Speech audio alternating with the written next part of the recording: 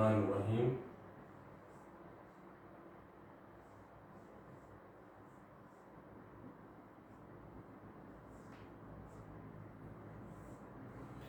عزیز طلباء و طالبات،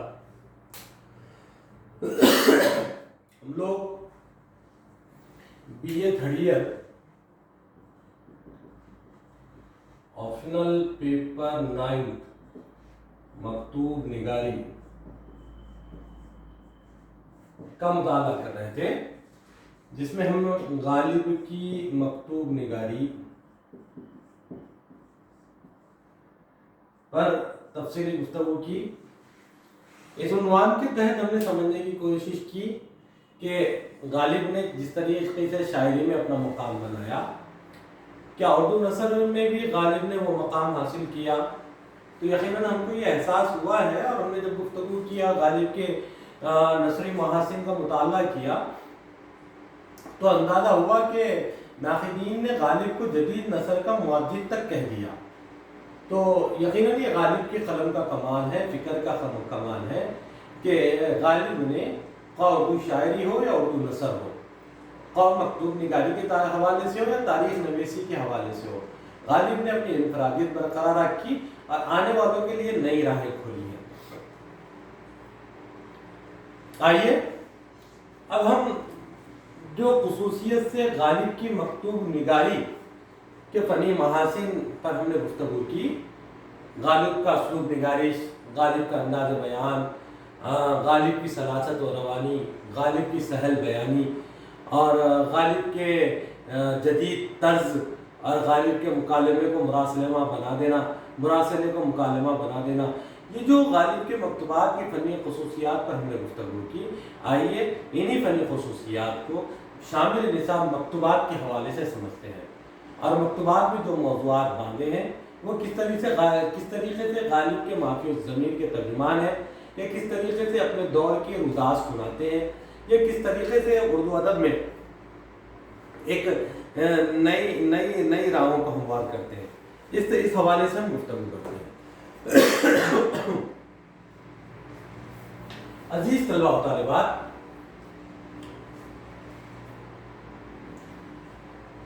یہ ایک مکتوب ہے، مکتوب غالب، جو کہ غالب نے میر مہدی مجروح کے نام لکھا.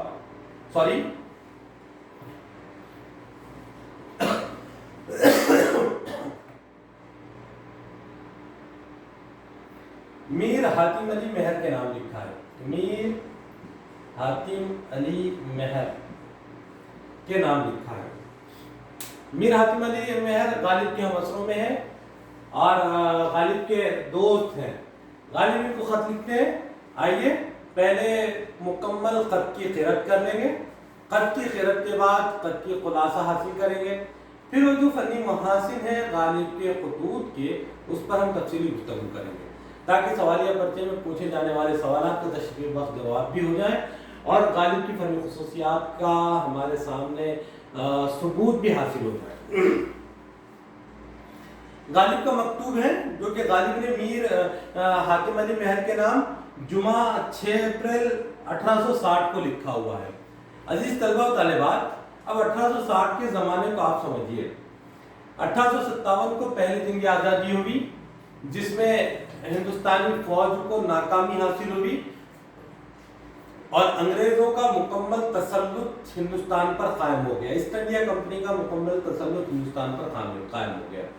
اور جو حالات دگرگوں ہوئے، دلی جس طریقے سے اجڑی اور نئی بستیاں آباد ہونے لگی، نئی فضائیں چلنے لگی، نوابوں، حکمرانوں، تاجداروں کے تاج اچھالے گئے، اور وہ جو کیا کہیں گے تاراجی کا ماحول بپا ہوا، اس کا نقشہ غالب کے خطوط میں، اس کا کرب غالب کے خطوط میں ہم کو نظر آتا ہے. آئیے یہ خط بھی انہی حالات کے بعد لکھا گیا. 1857 میں یہ حادثہ پیش آیا اور یہ 1860 میں لکھا ہوا خط ہے. اس خط کو اسی پس منظر میں بھی سنیں، اس کے موضوع کو سمجھیں اور غالب کے درد اور کرب کو بھی سمجھنے کی کوشش کریں. دیکھیں غالب اس میں کیا لکھتے ہیں. میر مہدی، تم میری عادات کو بھول گئے، ماہ مبارک رمضان میں کبھی مسجد جامع کی تراویح ناغا ہوئی ہیں؟ میں اس مہینے میں رامپور کیوں کر رہتا؟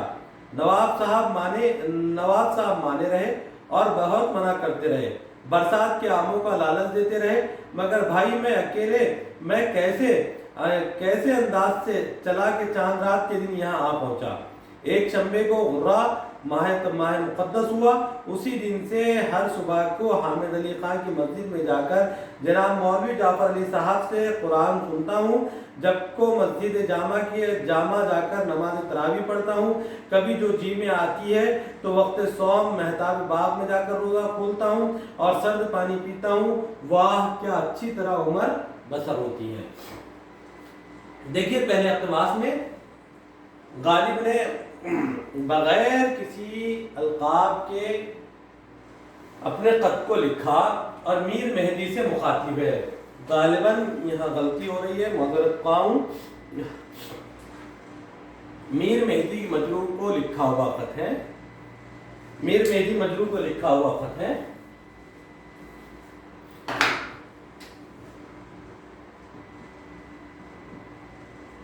دیکھیے ہم نے دیکھا کہ اب تک کے خطوط روایتی خطوط تھے، اس کے اندر القاب لکھے جاتے، چھوٹوں کو چھوٹوں کی بحیثیت سے لکھے جاتے، بڑوں کو بڑوں کی حیثیت سے لکھے جاتے۔ یہ نہیں کہ غالب نے القابات کو مکمل ترک کر دیا، غالب القابات کو بھی اختیار کرتے ہیں لیکن حسب موضوع حسب بصیرت اختیار کرتے ہیں۔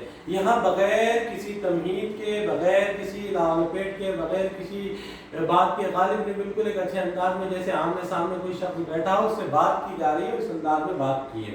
اور رمضان کے مہینے کا ذکر کر رہے ہیں، کہہ رہے ہیں کہ میر مہدی تم میری عادت کو بھول گئے۔ ہاں یعنی یہاں پر اپنی عادت کا ذکر کر رہے ہیں کہ ماہ مبارک رمضان کبھی مسجد جامع کی تراویح ناغا ہوئی ہے، تعجب سے کہہ رہے ہیں کہ ناغا ہوئی ہے، میں اس مہینے میں رامپور کیوں کر رہا تھا؟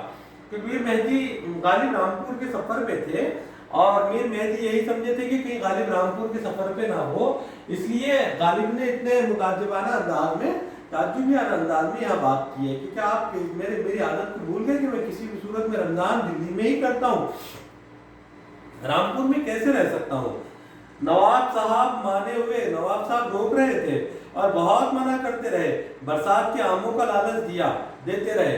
دیکھیے غالب کو آم بہت پسند تھے، غالب کو آم کیا پسند تھے، ایک کیا کہتے ہیں، ایک مزاحیہ طنزیہ ایک جوکس بھی غالب کے حوالے سے ہے کہ غالب اپنے دوست احباب کے ساتھ اپنی گلی کے اندر چارپائی ڈالے ہوئے آم کھا رہے تھے، وہاں سے غالب کے چچا زاد بھائی جن سے غالب کا مخاصمہ چل رہا تھا کسی وجہ سے، وہ وہاں سے گزرے اور غالب نے اپنے چچا زاد بھائی کو بڑے ادب سے آم پیش کیے تو انہوں نے بڑا برا منہ بنایا اور